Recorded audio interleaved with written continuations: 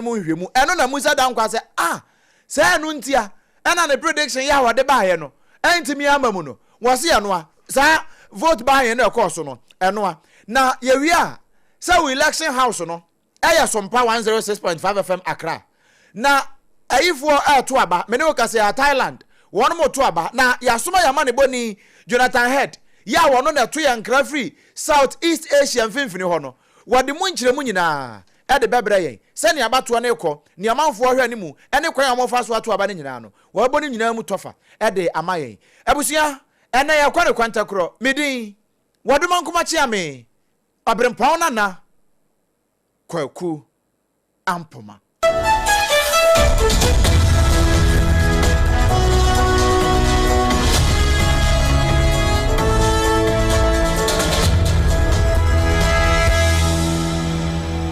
Afei yenshan sem na se emfa emaw na ye hyase a na ye hyase e de afri pandai eno wa tifidu mantam ho na meni wo kase ya asemu a ene na mfafram ho ya eba no enya asem kuma na wa kire se nipa mienu de abomu a enya asem kuma akra ya wo mu preprepre mu de wo de kwatala ase bi ena etwetwa won ho ase sebe mpraduasa wo mu dwo anantwie na asem yi nyina ne se wo mu kire se wo mu ye ahemfo mienu ntamu Sabia nka mene safo te hei na mene safo akitafo ena dia bom se wezu ono na ye ohene wezi anyo na ye ohene awo pandai ho awo tifidu mantam ho a mene wo ka se adane asem kase pa abusua se o join yen e Facebook ne so a wo mo ejade o ma tutu bi agu ho papa eno na nam so ama sabre ukopie mu pa e wo titiriw ne dobon community a asem kase asi wo mfimfini ho no enya asem ketua na won kire se sa de ye ba ye nya de a one mo edadwene ho kura se bi se kura betumi asi na NDC branch chairman ya wo mfimfini ho no ano wono na wo asem yimu wono na wogina ho a wo toto asem yi hwehwe ne ekone ne eba nyina ene wo kire se wo hene ba ko a wo pandai ya ye frɛ ne se nana ntosa wono ene ka kire ne manfo anase na chidifo ne se ne awamo ye no nya kura enu nti wo munyai anya sa anka asem besi pa no kanya asem kuma na nana ntosa wo kire se wono ena asem ne ba ya na aye kese pa e wo mfimfini ho no na wono frɛfrɛ ne na chita fo he munyai na Ghana mratia Ghana mra empesa de no kra eno ni amanebo a efiri ho de ba ya eno nso so na ye se ye betimi abo hene aba se anya hwie kra mpo no ne manfo asode na wono edwedwe wo mokoma se wo munyai sa de na wono mo eye no na okopie mu ewo nkachena wo hene poporo a wo ho no de won de wo so de nya de obepini o according to NDC branch chairman no woni ye bo nkomo no wo se branch chairman no won ka ayi ohene na wo nkachena no wo so no de nya de aputo nya de obeje atum kra na mom se wono pa se o dabi nya de obeye nya de obeye kra eno ntimi ne wo ka se motorbikes makomako nsia wo mo atwaja to ne nyina mu ahye se edwiri be ama kotelasi a edi ahim no obeka se wo film ya wono mu yie ena emu mienu aprepra emu odene ya sabre wom gwa ya sabia wo mo eja yehwe sabre die bambofo nso ate asem no ya wom de omani a kire mu e wo mfafra mu a wo mo kwahwe na wo mo de yie e de atoye ye de ne de nsem ne achi ne ye bepia firi ma babia no ye de mu nsem e be matiefo afei ye mfiri eya pandai na ye mfo ye ne kire mu e wo Brekum West kro ya ye frɛ no se amoma so na amoma so e ho na ye kasa de afiri eya bono region ho na manfo a wo mfafra mu ho e wo amoma so no wo mo kye se poultry farm bi wo mfimfini ho na poultry farm no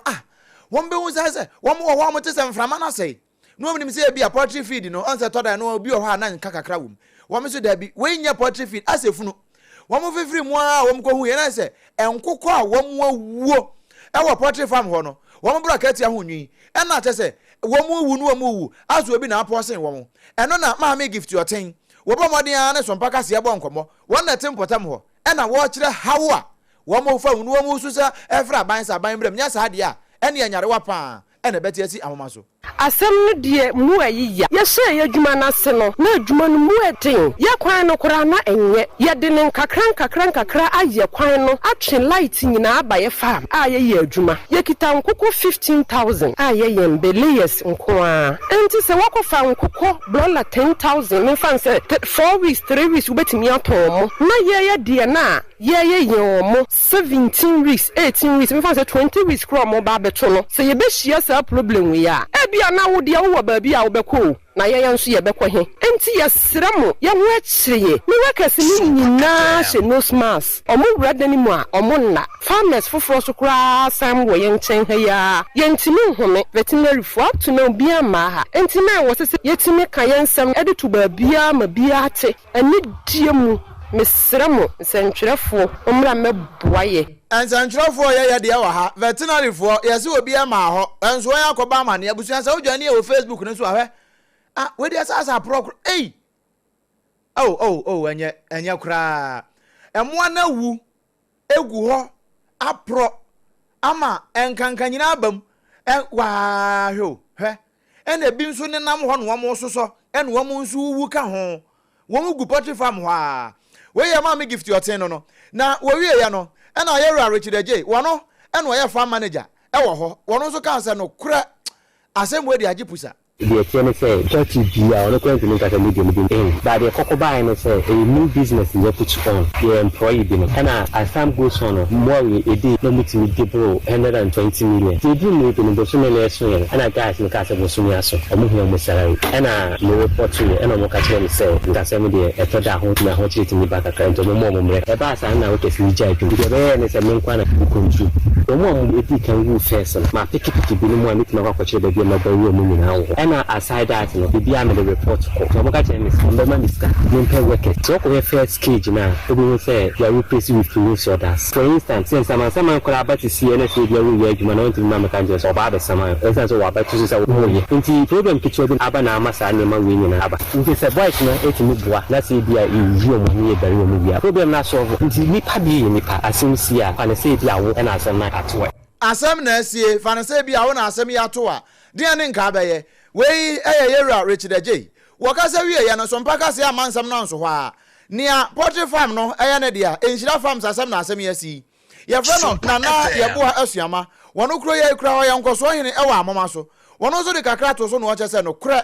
ni aba no de asem na no odin pa. Now for the past payment ni me wo na panyimfo million omo ba ye say omo ba be ye adwuma me de pepa ehie omo say enuanom because me continue kakra nti me hu say de abrofo omo si ye omo niema e kan bom eguso aye na me hu say sikasem e ya ye wo problem me sika kora kodi omo almost 20,000 me mo feed na nse be 2 weeks ni me hu say duansan ye problem ofro omo a odi na me discover bro abisi ne nya wan siri kora en support ye niema ombeje ye ne de oye bia ye mfia ye mo na ewu o ya ye feedback na de abefam wana wuama say mpachire hanom ye mu bia ni ho de ne ho ton e ya homte ye ntumi ntwe ho afre environmental fo last Monday no wontumi ama enti Tuesday no na obetwa mu ha wo de wani ha ba behwe se ade a chempo bra betre se momfa muwa no kogu ha ana munya muwa no se ba bi o mu muwa no kora gu ye hu e na ye te pampanom nipa me de o mu aba adwuma mu ho mu da ha o mu ntumi nhom me ka se me tena se te ya no ya fayare no de te akra na sem tieti ya no se yesra mu muwa because ye di ba bia se for the wogidi omumu se mo beboaye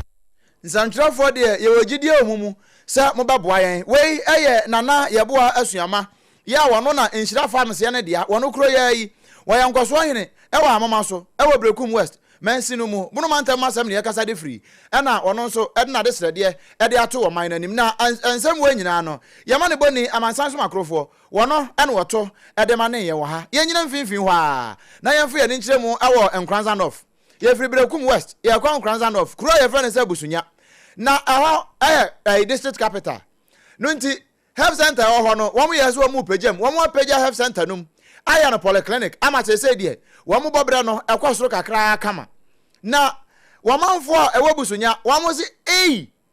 asem be na abai ene asedi asem na wo mo ni DJ Papa Toast ene bo nkomo yi ene wo che say hwe wo mo pagya wo mo homene so e ba polyclinic wo busunya yi apemfo mienu woni akọ se woni ekọ akọwo woni kọ ya ese age se se kan won se kan nya kan na anu awu se kan nya kan na anu awu ama se anase fo kura wo ya asabia ho wo mu nyina de hane wo mu adwane afei news no PS ano wo mu a ewo ay asabia ho a wo mu gya yarehwe wo twe breminya wo bia no afa ne bag na wo sene no obi afa ne bag na wo sene na no na assembly member ye wo bonte bomini electoral area ye friends honorable Daniel Ofori woni DJ Papa Toast ebo nkomo en wo chechere sani asem no etie pa around there 11 o'clock and I say Maya Limo mo free bomini omo ko busia for the clinic ko there omo kwa ko doctor ni cheso be your omo operation e dey am go go na why your Maya Limo na operation omo nyina go no that am square you no doctor na to for one ni o ya kra ni omo everybody the busia for that ya be Maya Limo enti asem ka sia pra to Maya wo bi kra da any person so kra da Maya Limo pa free bomini no na kona doctor yo mu nyina operation na ga mi nyina ko na mo mi nyina etime suma transalo na afefin pa ko ne di kar ko e kan ye se bi na o team na o san ye second one so o so team etina third one o e no devin na ko be o no be to no wu se ne ko ni ade ana aja o so gun okay etina no pa ko yi mu aye nya adusha so so mo ye so ki ko la o be fa so mo fra ni no be do mo pan kura no so de kura de o mu nya o mo se o mo kura so ye mema obi adwane watwe abremnya waje hane wokokora weye onimnyamfo Daniel Ofori woni assembly member ye owo bomini wono na woni Papa Toast bon komo eno na busuani ba ko a wono no ye fa no pani kwa benasafo dodo na fa na saforo wo bo modin a chechiremu hawa wafamu ne wofa ase ba ko ama wono so sabre wato ya na monse do a asam na koya bro ho sempa eda busuan fie na wakane ha say ya eba ni wa mi ko yedu ofie ma nti bra 90.7 FM so na we are friend asem ti o ka tia mi an say wati say maya mienu awu operation awu busuan na me fa moto na me ko SOMPA FM ampa ni ko do na no kwese o mu nyina ya o mu timi kan an say o mu ko operation na first one na ka operation ko na ofifie ma but na o mu say o mu yen first no na ne ho kire no pa nti o mu stop na na ofie ma no na o ye ya di se no ba ko onu na o ye me na ano o ye anu na wo wuye na o mu san di no fase no so san ko na o so o mu ye ma ni wuyi nti bu tai pa ni ntia nkwa ni wuye no o mu ntia ntie e ba sa no le ko duro be se wa na wa kwa na ye hu obi a hospital o mu se o mu ye meeting na me se je meeting ko o mu se mpanifo no bi fisu rai na bi fikin dampo nti asem su sa no o ma fra o ma ba o meeting nti ye twen ya be wa na wa achi na o mu frɛ na ye ko na o mu di asem patu ye nim se o mu bi se kwanso na bo ya ma no o kire o mu na mi se nkwa no first one na se wa wura ade na second one woni mi se won timi nye na o mo fa no nko wei aya apani kwa benasafo wona cheche ni nsemu kama ede a che SOMPA kase no na amane boy woni Papa Toast na ebo ya SOMPA 90.7 enkranza wadane a chire kama ede abankran afa yenwura mu ewo abato ensem mu na yakwa abato so ide ye ni kan na yanko endpoint homeopathy clinic wono makache na yanko ji ayarehwe abusie se endpoint homeopathy clinic ewo ho SOMPA FM yade ni ho eho no ye ka no end no a na je se yade na wieye eno no wonya duru ho se kim wo de yade ni duru endpoint homeopathy clinic a yade bia wo be ka se I'm free from all yade eno na wo ye be ma wontimi nko kwan so yie be ma wo de boy ni ana waje mu afei bema o prostate won ha wontimi nka ho asem nwie na wo peba bi papa na ya hwe ne yie dia ma manage ne kama e dia ma wo me pa cho awo na ema na mo pa awo mo de na koye ntini mu yade brebo anasa abo no mu yade fa ne nyina fa kodan endpoint homeopathy clinic na won mo apa won mo okro ma bo hia ewo asante mantam mu kuma se no no ena nkra ha so Spinters Road share signboard won mo ebutu ho mesrawo Dr. Edibu Aten say Opasa on the bon koma. The kanji numbers no 0244 867 068 0244 867 068. Na on no abon komo ena 0274 234 321 0274 234 321. Na on no abo enkomo. Afei awie ubeye aduane ana meta abusa aduane a wo yesa wo baatan empo sa wo ton aduane ne wa abontene eden na wo de ye spices be na wo de ye aduane no mesrawo sanya onga wo hunu se wo hye ase ton aduane nya na so da bia aboka da bia aleke na wo de akosi kwa hona wo ton fa onga ye aduan na ba akofo medi nhwe wo bekwa akọba amane ama dodo no nyina aba bedi aduan bi na bibia atumi aye fine onga no ekoyie pa se wo de ye aduane se wo ye wo de chenam wanase bia wo de steam nam na wo de fefa tilapia na ni ase kɔ ne hunim ho de kɔ hye ne dodo mu ho nyina no 3 mix no hia eno no de kakaduro wom garlic wom ena afa jene wom bibia bi wom a oti ya na de ahye ho na bibia timi aye fine e ma ne ye correct pa afa wo a wo ye stew o ye seto o ye nkwan na wo hia spices papa de agum no de mesra wo ya no wape onga ma me nsa so boafo udi wi a wo beti ilelei eye onga na asem na make kire osa no promasido of one dia ba enye na ewo dwomba bia se wo pe bia to a ukope osemepe onga ma mensa so boafo no enne betimi abo pa ensu papa wo betimi anom na wiei asem ka bia ni akire bra wadidi awie bra ensu kom dew eye kasa natural mineral water me ba cho tie se ensu kom dew a nom kasa natural mineral water eno ni nsu a wo nom a unya problem ewo nsuom ensuo nom no wanhwe yi a nyare a obetimi afafiri mu no nya yare eketwa na emom se wo nom kasa natural mineral water you are free enti dwumadie bi a wudie bi a obeserve nsuo wase no emfa yade emma wo audience ne beba no fa kasa natural mineral water fa serve wase na enkoyie pa emfa ma wo kasa nsuo no eye Kasaloma Ventures ono de ba e wo wankran ha ya back hospital na chi wo e wo taifa e wo no obutuo na emom bi a ba bi a wo opese ye di nsuo ni bi brew tete adabani bi ne friend dispenser no ana bottle wine no bottle no so cry won enketua ne akese ne adantamo ye wo sachet ne nyina bi wo ho wo pe bi a na ba bi a wo ye ne wo tumu wo ntumuru ne nyina wo fran a ye de begu ka mu di abrel 0206 469 430 0206 469 430 na wafre ye na woni yen abo enkomo ama bibia nso atimi akoyie pa afei malaria na ache wo no me pacho waposo na ye oya no me see ansana busumi we bakọ na wieye na se still gusu complain say malaria chewa na wonte ye say ye wo aduro bi e friend say time herbal mixture tie me pa o wo a oda sori a wo se wo chiri bramo ne honam no asa obi di wato ho na wo bro me pacho wo ye adwumaden eno nti da bia de e be chena honam ye oya kononom time herbal mixture e be bo apa eno sa no esanso muanum da ho na watimi atibia di kama na wadi obre so aba eno na make amfo dia ma Dr. Tafrija wono de adure Bible no say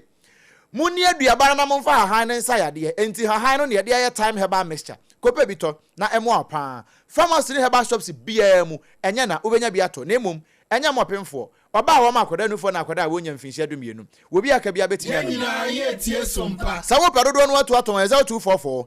417 669 0244 417 na one empani abo enkomo yenwura amanyosem mu kakra enrada ena NDC chinyama nyuko no wonom kɔ abato so titru ye ayewa so east eno ya bo ho nkomo fitinura dia besi nne ye no kra mpo no ena no pei pani a ono edi mu ntintiman pa di mu nkunim onimiafo baba jama wacheza no kra wada Allah asepa so amani nkunim di etesa na emom wo toto de asram nyoko no enipa nyina titru pa ne wono mu a ene ne kwa akansie ne nyina so obi emra na wo mpri nkunim die no emfama nyoko no na asem bi esi ye ya enra international reporter na oponchecheku wade ba so me ne se ne amanfo age flash screen TV pa na we no 32 inch ni bia na eno ne a usomu a emu se hata no obi betim kra de ato ahaban so na wode nam sabia pepepe na womo kwa womo delegate card ne de wom kom na womo kwaje eni ebusa se na ndisi pa ne e de na aba ehwa ne ebo omode ne efre yera Mustafa Gbande ya ono ye deputy general secretary enu wacha se no kre woni ehunu woni ate na we womo mane nso hwa.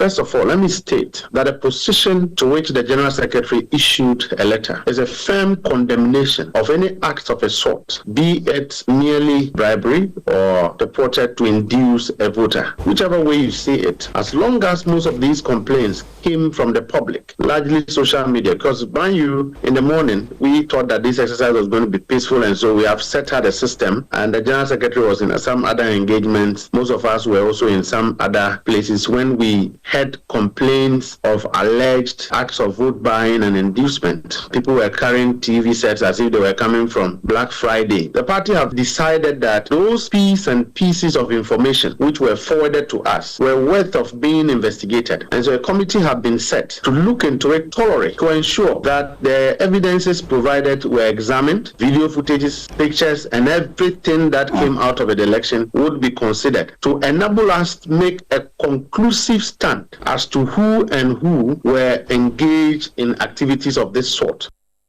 Yera Mustafa Bandi, where Deputy General Secretary, Edema NDC, Chinya Amanyokuno, we are crown, and I say, Sari Remua Hono Babaye, any a home and crat I am the Baba and Tenra, I and Nakraken Kaima war, Yahamo say, wait dear, one more broom and you cry, edit Yasadiano, say one more pencil, say will be better vote buying, one more election, Muno, a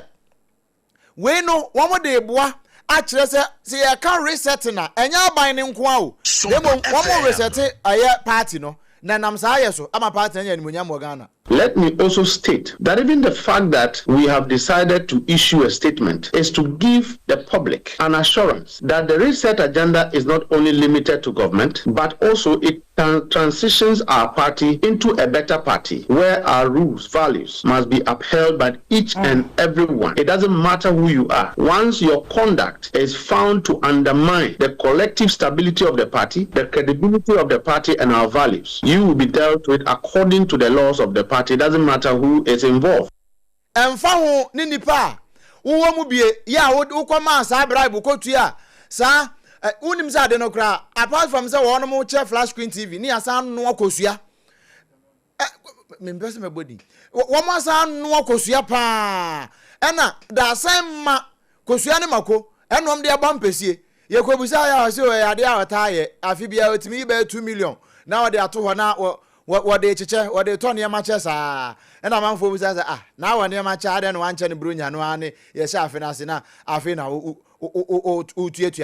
we say because about 20. Where near Mustafa Bandage say Sempo Sekuna Fuena a cheche be Seba Jama and a chair as I Marcos Yaka home 1 million remunia whoever born 1 by 2 ye pa. Yagusujina NDC anyone wants a yemu. Now I was so east one wa bra now one got to abano. Na Musa Dankwa poster no wa ya kire say oh maame agya amina wono a na bedi nkunim na wasa akọ bro MPP ni no kura wa babbo no say faka na fe wodna hye na say tietia na yem kura ka ho na ade no kwa baaye no na wote say amanfo de flash screen TV plus kosua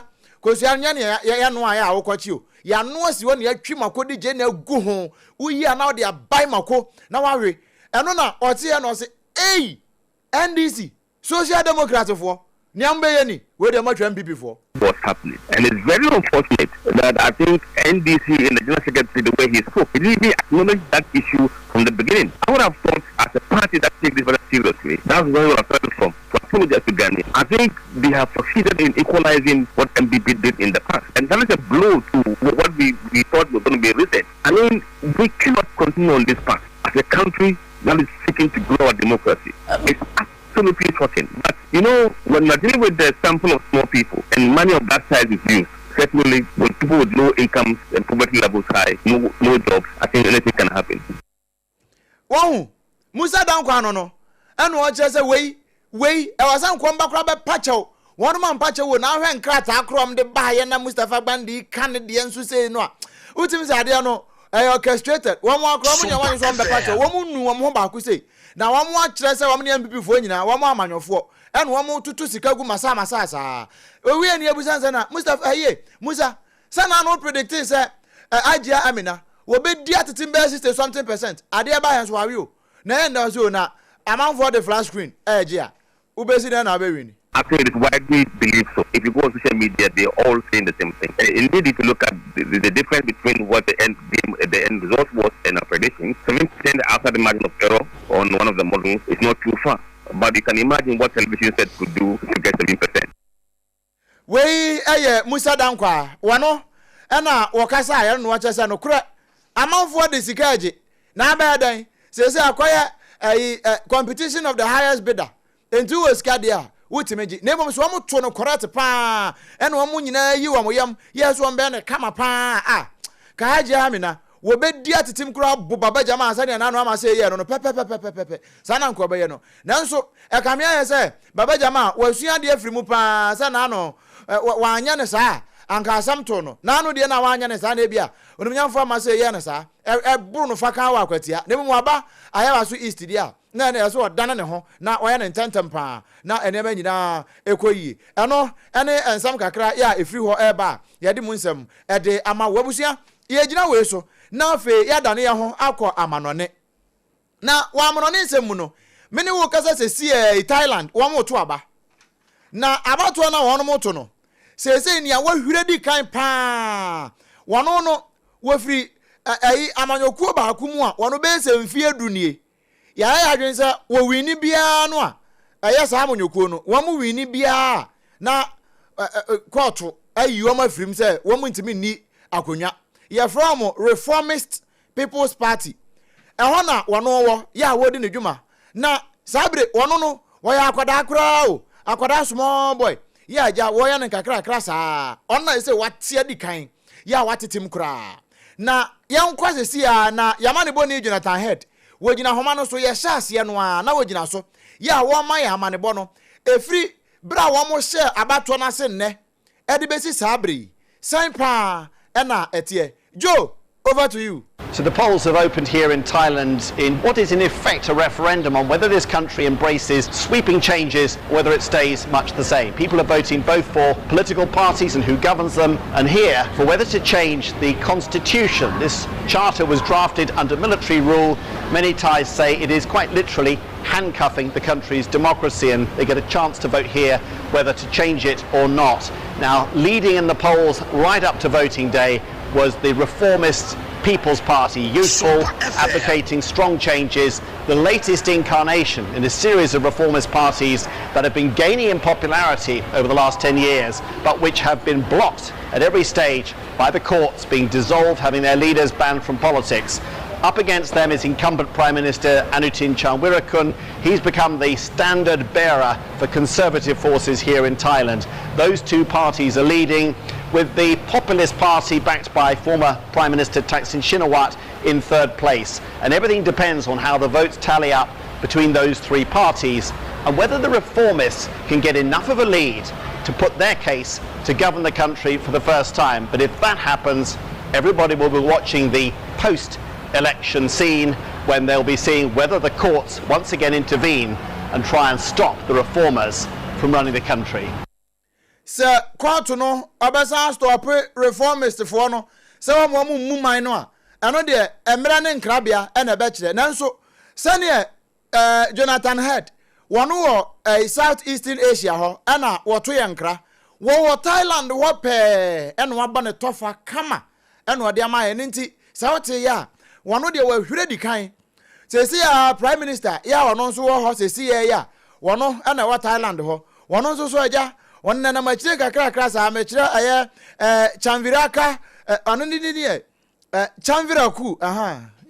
Chanviraku no wono nso wona na mase ho se wono na to so be se mienu still a wo mugusu a wo mulusu seat ne kakra sa na Jonathan bo mu amane ya kire ye na no wono ne party no Bumjaitai party eno wo ho na Reformist People Party no womo atie di kan ho a enya asem kuma na womo na yeso ma majority no a womo de kro ye hwe se womo wini a court rebe san ka chom se da bi womo sa reformist fo no de womo ntumi emedi mampani emedi Prime Minister emedi o man so ana we abusia we so na ye gina na ye de kase no enyina asie se afen no aso afidie no a ensam wo ye de di wonto ano na poso bie ene se pandai asem kase asi ama ekuomienu ya wo munyina ya ahensem wo mo atie si mabobbo wo mo ma sese motorbike makoma nsia wo mo atwaja tum ama enipa mienu nso wo munyina kotelasi wo mo de atwitware wo mo ma baabi wo mo da no ano wode ne pa sabere kro ya yusu kopie mu ewa amama so ewo brekum west ya wɔn mo kyerɛ sɛ poultry farm bi a yɛfrɛ no sɛ nhyira farms ne nkokɔ ne wua na ewu wɔn mo prɔ nanso akwaya asɛm kɛseɛ paa yɛ a wɔn mo nhyɛ dɛ nya kamafoɔ no nti wɔn mo frɛ sɛ wɛdeɛ environmental health foɔ mo mmerɛ mu nyɛ sɛ anyarewa ahodoɔ paa ɛna ɛbɛte asi mfafra mu hɔ saa nso na busunya wɔn mo a wɔn mfimfini hɔ no kyerɛ sɛ wɔn mo polyclinic na hɔ no nipa mmienu kɔ awɔ so sɛ wɔn mo kɔ aba wɔkɔ ayaresa ba wɛdeɛ ɔkɔ awɔ so wɔn a wɔama ama sɛsɛi wɔn mo hɔ no wɔn mo nso no gugye mpaa ayafo ho nyina adwane anasefo kra agye hane papa toast e de sama ne bo no e de firi ho e de brɛ yɛ Mustafa Bandi enso kyerɛ sɛ ɛnano vote buying yɛ kɔ so no anko a ɛwɔ ayawa so east ya wɔn mo kyerɛ sɛ amanfo agye flash screen e di kosua kra sa agusuo no wɔn mo yɛ mu hwemu na ɛmfa ho ne nipa sa hwemu ne bɛbɔ wo no wɔn bɛtwe wɔn so paa ɛno na Musa Danko akyerɛ sɛ sɛ no nti na ma na ano aka sɛ agya Amina kunafo no wo bedi nkunim no wɔn ntimi ani ya nam so a odi ntwe se fa ka wo che se vote buy na course no eno na ma ne ba sa ya ma ne boni Jonathan Head every southern southeastern Asia abato yankra say ne Thailand abato na ekọ no ekoboko nanso Forming People Party nia womo akache ne se mfie dunie wo wini bia na court akache se da bi wabana to nchen still wa take lead wano ana ekro womo ensem wei na yebebe ne kama ede ma wo a ye cheche ni nyina mu ede ma wo bra na end point homeopathy clinic aso yasene na wo boa ya makase na timi akoboko nyarewa hodo nyina ka che woni yekwa wie no no eno na so yasene na onga mama se open hand enso boye chidom ama ne manyina atimi akoyie di amayen na yaduane die nyina betimi akoboko no sabere kro ye na ensu papa ye nom na yatimi anya ahoden no kasa natural mineral water wono nso boye chidom pa malaria dro ya friend say time herbal mixture wono nso boa ye boye chidom ema ne manyina atimi akoboko yetena se ewo sompa 106.5 FM so ewo nkran yi sabere kro ye kopie mu asantemantam a sompa 93.1 eno awa santimanta mu kumase ya wono nso agigu mu kama pa ayiko 100.9 eno nso ewo kumase wono nso ya sampatre adwumadie no ho nyina kama ema ne manyina ekoboko sabre ye adamfo pa radio ewo France ahinkro Paris no mu wono nso GB sompa 101.1 ewo takwa sompa 103.3 takrade sompa 106.1 watachiman sompa 98.9 ewo sunyane sompa 90.7 won kranza sompa 101.3 ewo Doma hona Doma FM 100.9 wajegungu Kingdom 106.1 ewa mankasim ena fe odi code na so ba bia radio phone nyina wono ubehunu se Sompa FM ye gina mu kama pa ya yesom wo Facebook no eya Sompa 106.5 FM Accra ena YouTube ni Sompa FM live kana share ban radio enso jensem no eto peten ye ema wo bia so enya bi etie ye afei www.sompaonline.com so ko ho a ensem dodo na egu ho abetimi akokenkan bi o Facebook message kakra ya wo de aba menkenkan emfiri ho emfa emawa na nakwa mu aboaten ese wodi free Ablekuma Central aka Dr. Bawumia will be president in 2028 I say the news is loud and clear ewo danso ma sorry dan ho wo se no kure wantie Sompa news pa dia na nya no na sa da no kra de bia woda ye no kra na won so de ye wasen chiakase enkoma adwenkase adwomboadu incoming national chairman and afei okay wase ono ye friend na kwama boaten Ablekuma Central ne de ya wode aba enono master planner junior edificant tampo wase the policy analyst NPP will bounce back to power in 2028 inshallah. Let us unite and focus and face the NDC squarely. I see greetings and come Chris Nana Lloyd and also your incoming national youth organizer Nedia ya or day Abba Ewaha and so and no Papa Toast and so the Kakrafa how was no cre news near loud and clear now ready a news move pro max pa Nana Mazata and so say no cre news pro max and na ekwas was ano na nani age kase no ho pa bra kwa me CJ was kase na de sei was one nso abiebie mu a wo hwe kase ne tie ne live bibia ekoyie pa we abusua we so na ye gina na awie ye de nsem wa de bra wo nyina no ye de nyina de asie na nasafo kantanka wono na wode yenko Facebook ne so na me nso ameje bre ebekenkan ensem nyina de ema wo no edi ameje so eye odoma nkoma chi ame OBREMPONG-NANA KWAKU AMPOMAH ye so de so yi yumadi aka nyina toa so